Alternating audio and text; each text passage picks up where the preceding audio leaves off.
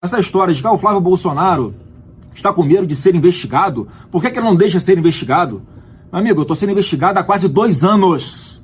Vou repetir, há quase 2 anos que eu estou sendo investigado. Como é que eu estou com medo de investigação? Pode me investigar à vontade. Sempre defendi que eu fosse investigado dentro da lei. Cumpre a nossa Constituição para me investigar como qualquer outra pessoa nesse Brasil. Então, não estou pedindo privilégio nenhum. O Ministério Público do Rio estava de mãos atadas. Apesar de o senador Flávio Bolsonaro sempre afirmar que não teme as investigações, como nesse vídeo publicado em outubro nas suas redes sociais, ele estava amparado por uma decisão do Supremo. A medida, provocada por seus advogados, impediu o prosseguimento da apuração do Ministério Público sobre a possível prática da chamada rachadinha em seu gabinete, à época em que era deputado estadual no Rio. Mas a decisão foi revogada em novembro, após o STF entender que os órgãos que combatem a lavagem de dinheiro, como o COAF, podem compartilhar informações com o Ministério Público, mesmo sem autorização judicial. Foi a senha para que os promotores retomassem o seu trabalho. Foram a campo e, nesta quarta-feira, visitaram uma série de endereços ligados a Flávio, a seu ex-braço direito na Alerj, Fabrício Queiroz, e a parentes da ex-mulher do presidente Jair Bolsonaro, Ana Cristina Valli. Quem são esses alvos e por que eles foram escolhidos pelo Ministério Público do Rio? Quais são as suspeitas? Para onde caminham as investigações? Esses são os temas do Ao Ponto de hoje. Eu sou Carolina Moran, estou com Roberto Maltic e no episódio desta quinta-feira a gente conversa com os repórteres Juliana Dalpiva e Bernardo Melo, que acompanharam a operação e os desdobramentos do chamado caso Queiroz. O Ao Ponto é o podcast diário do Globo. Está disponível no site do jornal, no Spotify, no iTunes e nas demais plataformas de áudio. Fique com a gente. Bernardo Melo, quem são as pessoas que foram alvo dessa ação do Ministério Público do Rio de Janeiro nessa quarta-feira? As pessoas que foram alvo desses mandados de busca e apreensão são principalmente pessoas ligadas ao Fabrício Queiroz, que é o famoso ex-assessor do hoje senador Flávio Bolsonaro. Cara de negócios, eu faço dinheiro, assim... Compro, revendo, compro carro, revendo carro. Parentes do Queiroz que trabalharam no gabinete do Flávio, quando ele era deputado estadual na Alerj, e outros ex-funcionários do gabinete do Flávio, como parentes da Ana Cristina Valli, que é a segunda mulher do presidente Jair Bolsonaro, né, mãe do filho Jair Renan, que dos meninos é o mais novo. Enfim, parente da Ana Cristina que moram em Resende, que também trabalharam no gabinete do Flávio aí durante vários anos. E a partir dessa operação, o que a gente pode esperar, Bernardo? O que exatamente os investigadores estavam buscando nessas operações de busca e apreensão? Os investigadores, eles foram em alguns endereços estratégicos, né? Eles foram numa residência, numa vila de casas aqui na Taquara, um bairro na zona oeste do Rio de Janeiro, que é a vila onde morava o Queiroz com a atual mulher dele, a Márcia Aguiar, pelo menos até o fim do ano passado, quando começaram a sair as primeiras denúncias, as primeiras acusações relacionadas a procedimentos aí comandados por ele no gabinete do Flávio. Inclusive, no fim do ano passado, uma dupla de repórteres aqui do jornal o Globo foi a esse endereço e ouviu de vizinhos que o Queiroz, de fato, estava vivendo nessa casa. Então, foi um dos alvos que foram mirados pelo Ministério Público na operação dessa quarta-feira. Além disso, o Ministério Público procurou o endereço antigo da Evelyn, que é uma enteada do Queiroz, né, filha da Márcia, que é a atual mulher dele, em Jacarepaguá. Eles não encontraram ela porque, chegando ao local, foram informados na portaria que ela já não vive mais lá. Também chamou a atenção o fato deles irem a uma loja de chocolate, da qual o senador Flávio Bolsonaro é um dos sócios. Fica em um shopping na Barra da Tijuca, também na zona oeste do Rio. Então isso demonstra aí um interesse de levantar... informações, talvez documentos, dados bem próximos do núcleo do que o Ministério Público acredita que seja essa organização criminosa, nas palavras do Ministério Público, que se instaurou no gabinete do Flávio Bolsonaro. A gente tem uma série de ex-assessores do gabinete do Flávio Bolsonaro que fizeram depósitos nas contas do Queiroz. Mas nem todos são alvo dessa busca e apreensão, dessa operação do Ministério Público. Ficou concentrado, portanto, na ex-mulher do presidente, nos alvos relacionados ao próprio Queiroz e no alvo relacionado ao Flávio. Por que esse direcionamento para esse grupo específico? Me parece, enfim, claro que só o Ministério Público vai saber responder com exatidão o que exatamente chamou a atenção deles ao longo dessa investigação. Vale lembrar que é uma investigação que já tem aí cerca de 1 ano e que passou um tempo suspensa por decisão do Supremo Tribunal Federal de paralisar todas as investigações que tinham usado relatórios financeiros do Se o detalhamento é feito sem a participação do judiciário, qualquer cidadão brasileiro está sujeito a um vasculhamento na sua intimidade. E isso é uma defesa. Então parece que o Ministério Público afunilou, digamos assim, depois de tanto tempo de investigação, afunilou seu alvo, né, o seu foco em alguns personagens, alguns pontos que eles consideram serem aí talvez os principais dessa rede. E os pontos da investigação são aquela denúncia de rachadinha nos gabinetes da família Bolsonaro e mais além, né? O que era feito com esse dinheiro, se a rachadinha realmente for comprovado, o que era feito com esse dinheiro que voltava dos salários dos servidores, né? Exatamente. Uma das suspeitas do Ministério Público, inclusive, quase todos esses alvos, na verdade, estiveram num pedido de quebra de sigilo que o Ministério Público solicitou no começo desse ano ainda e que foi atendido pela Justiça em maio. Nesse pedido de quebra de sigilo, o Ministério Público levantou à Justiça do Rio a possibilidade de que houvessem condutas de peculato e de lavagem de dinheiro relacionadas ao Fabrício Queiroz e até ao Flávio Bolsonaro.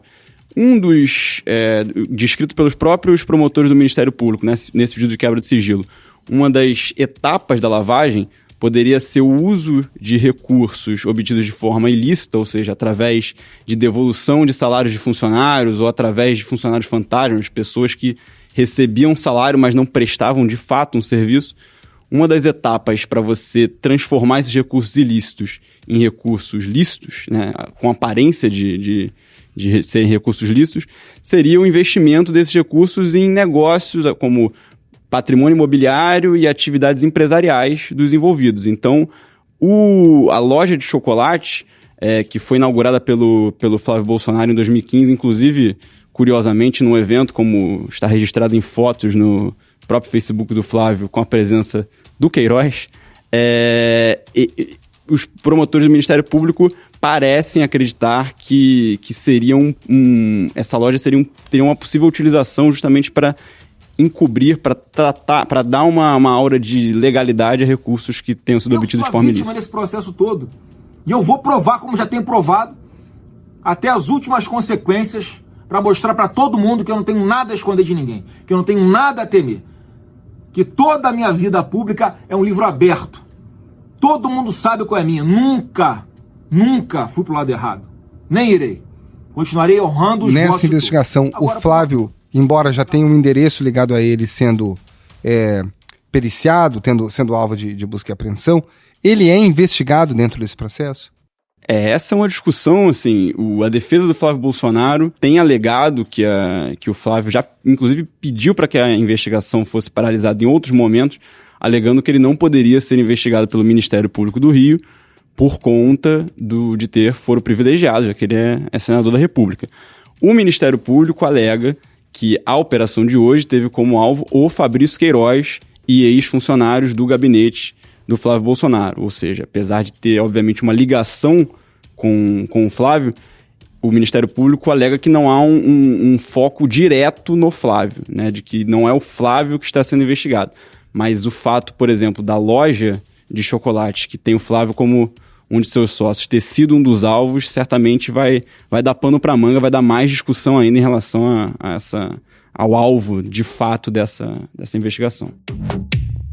O que é que as defesas dizem? A gente procurou, né? As defesas de Flávio Bolsonaro e Fabrício Queiroz. A defesa do Flávio, advogado Frederico Vassef, né, que tem, enfim, cuidado de todos esses pleitos do senador Flávio Bolsonaro em relação à investigação de rachadinha no gabinete, ele argumenta que, enfim, não é o momento de se manifestar e tudo mais, que recebeu com surpresa o fato da loja do senador Flávio Bolsonaro ter sido um dos alvos de busca e apreensão hoje, e ele inclusive cita o fato da loja a entrada na loja ter sido forçada pela equipe do Ministério Público, porque eles chegaram à loja num horário bem cedo nessa quarta-feira, quando não havia nenhum funcionário ainda. A loja fica dentro de um shopping, costuma abrir mais para o meio da manhã, então a defesa do Flávio Bolsonaro já coloca ali um tom de crítica no fato dessa operação ter tido a loja como alvo e a forma como a operação se procedeu.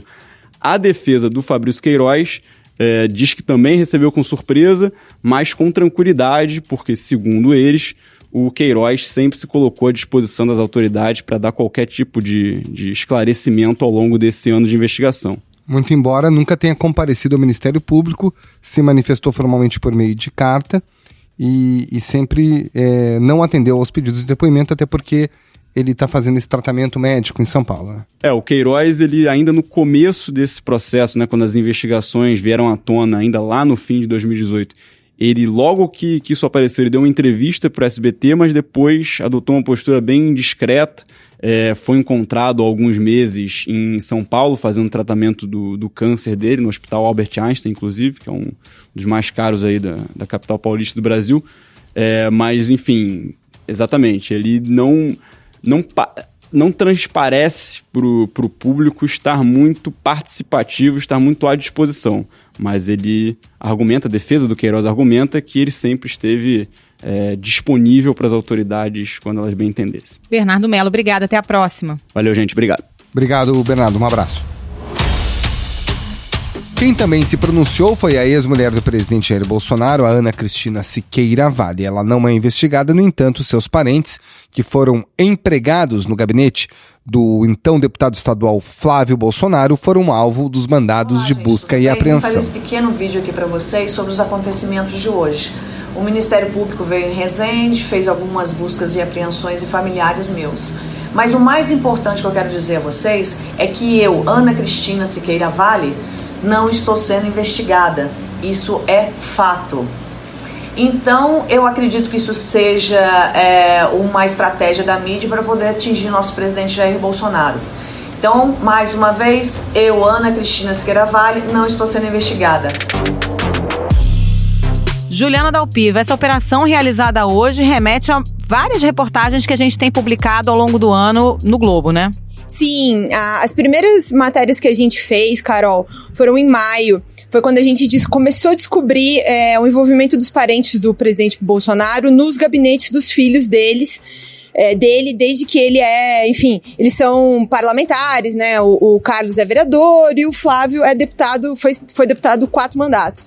Então, a gente começou a descobrir e começamos justamente pelas pessoas que foram alvo da operação hoje. São 9 pessoas que tiveram sigilo fiscal e bancário quebrado em abril pelo Tribunal de Justiça do Rio. E a gente contou a história dessas pessoas. Entre maio e junho, fizemos 2 reportagens, uma grande na revista A Época e depois uma outra detalhada sobre essas 9 pessoas no Globo, em junho. E a gente contou, por exemplo, sobre o fato de que a ex-cunhada do presidente, a Andréa Siqueira Vale, que também é alvo da operação hoje, ela foi fisiculturista durante todo o tempo que ela constou como funcionária do Flávio. Ela constou desde 2008 até o ano passado. Contamos sobre o ex-sogro do Bolsonaro, que também constou durante alguns anos, entre, se eu não me engano, 2005 e 2008, como funcionário também. Um primo da Ana Cristina Siqueira Vale, que é veterinário, ele chegou a cursar faculdade, 5 anos de faculdade, em Barra Mansa, no mesmo período em que ele constou como funcionário do Flávio, e ele ficou 14 anos lotado. Essas pessoas também não tinham crachá, não tinham identificação funcional de trabalho na Alerj, então elas tinham vários indícios de que elas efetivamente não prestavam serviços como assessores parlamentares, e foi isso que a gente mostrou naquelas reportagens. Agora, até que ponto há uma justificativa para que se faça a busca e apreensão relacionada a essas pessoas, para além da questão de serem funcionárias eventualmente fantasmas? Há depósitos em contas do Fabrício Queiroz atribuídos a essas pessoas? Maltic, o que a investigação do Ministério Público apontou, após a análise das informações que vieram da quebra de sigilo, é que o Queiroz recebeu 483 depósitos daquele grupo de assessores que apareceu no relatório do COAF que originou a investigação. Esse total de 483 depósitos chega a quase 2 milhões de reais. E outra coisa que é importante também sobre as medidas cautelares cumpridas hoje é que o grupo da família da ex-mulher do presidente, a Ana Cristina Vale, também o Ministério Público identificou nesse grupo que eles sacavam quase que a integralidade dos salários que eles recebiam como assessores da Alerj. E também eles informam que havia esse repasse a outros integrantes do grupo. Eles não chegam a identificar isso, para quem seria essa pessoa, mas mencionam que há, sim, um repasse. A gente fez inclusive um episódio aqui do Ao Ponto em agosto, falando sobre essas nomeações de parentes, com um levantamento muito amplo desde 1991, quando Jair Bolsonaro iniciou seu primeiro mandato federal, mostrando que ele e os 3 filhos empregaram mais de uma centena de assessores com laços familiares entre si. Juliana Castro, como é que foi esse trabalho? Vocês tiveram que ler Diário Oficial um por um durante quantos anos na Assembleia Legislativa do Rio? A gente fez esse pedido de lei de acesso à Câmara dos Deputados, à Alerj aqui no Rio, à Câmara dos Vereadores, e a gente encontrou algumas dificuldades de ter respostas, de obter respostas dentro do prazo que a lei de acesso manda. Então a gente decidiu ir pra rua mesmo e abrir os diários oficiais físicos, né? Isso não é comprovação de rachadinha, mas de certa forma é um modelo ali de operação, sempre com pessoas conhecidas e que vão migrando de gabinete para gabinete, né, Juliana? Tudo funcionava de uma mesma maneira, né? Assim, o presidente Jair Bolsonaro, desde o primeiro mandato dele, uma das primeiros parentes que a gente identificou que ele nomeou foi o primeiro sogro dele, o pai da Rogéria, que é mãe do Flávio, né, a primeira mulher do presidente. Então, ele empregou esse primeiro sogro, que também está na quebra de sigilo. A princípio, a gente não tem informação de que ele tenha sido alvo da operação de hoje, mas vem desde lá, desde 1991. E aí, isso é um padrão que vem reproduzindo. Aí, o Flávio, quando se tornou deputado, também fez a mesma coisa. Também empregou outros parentes da Ana Cristina, outras pessoas e seus parentes. O Eduardo também tem alguma coisa desse padrão em relação a empregar parentes de funcionários. O próprio presidente falou sobre isso quando comentou essa matéria, né? Ele admitiu que empregou parentes e até chegou a dizer na época alguma coisa sobre o fato de que quando ele vai em velório as pessoas pedem, então é normal que quem tá ali perto ele acabe nomeando. Aqueles parentes da dona Ana Cristina, eu não era casado com ela. Eu vim casar depois. Eu acho que 9 anos depois ou 10 anos depois. Tá certo? E aí, eu vou devolver o salário de todo mundo porque eu casei com ela. Agora, Juliana, na época das reportagens, você e a repórter Juliana Castro ouviram alguns desses ex-funcionários do gabinete. O que eles disseram pra gente? São reações distintas, Maltic. Teve aqueles que simplesmente fugiram, né? No caso, esse primeiro sogro do Bolsonaro, que a Juliana tentou entrevistar lá em Resende, ele simplesmente arrancou com o carro. Ô, seu João, não mordo, não. Eu queria falar com o senhor rapidinho sobre o período... Eu tentei entrevistar a própria Andréa Siqueira Vale em Guarapari, no Espírito Santo. Ela também saiu correndo de perto, assim como alguém fugindo, não se recusava a responder se tinha trabalhado. Então, assim, a maioria dessas pessoas não apresenta nenhuma justificativa, não quer nem conversar sobre o assunto. O que a gente recebeu na época foi uma explicação do senador, dizendo que ele escolheu as pessoas por critérios técnicos, que elas prestavam serviço, mas as pessoas, efetivamente, que são investigadas por não trabalharem, elas não querem prestar nenhuma conta, mesmo tendo sido servidores públicos, que devem explicações à sociedade. O que esperar da investigação daqui para frente, Juliana? Uma investigação que ficou parada há tanto tempo, né? Esperando uma decisão do Supremo Tribunal Federal sobre os dados compartilhados pelo COAF, agora começa a andar de novo, né? O que eu apurei, Carol, é que o Ministério Público quer, de certa forma, recuperar o tempo perdido. Então, fez uma operação de grande escala hoje, vários endereços, vários alvos, a busca e apreensão de computadores, telefones, documentos de diferentes pessoas e também a A gente tem informações de que devem ocorrer depoimentos nos próximos dias, acho que antes do recesso, que começa na sexta-feira, mas também em janeiro. Então, assim, eles estão acelerando o passo da investigação. Acho que no começo do ano que vem a gente deve ter algum desfecho para essa investigação. Juliana Dalpiva, muito obrigado, parabéns pelo trabalho, um abraço. Obrigada, Maltic, obrigada, Carol. Valeu, Ju, até mais.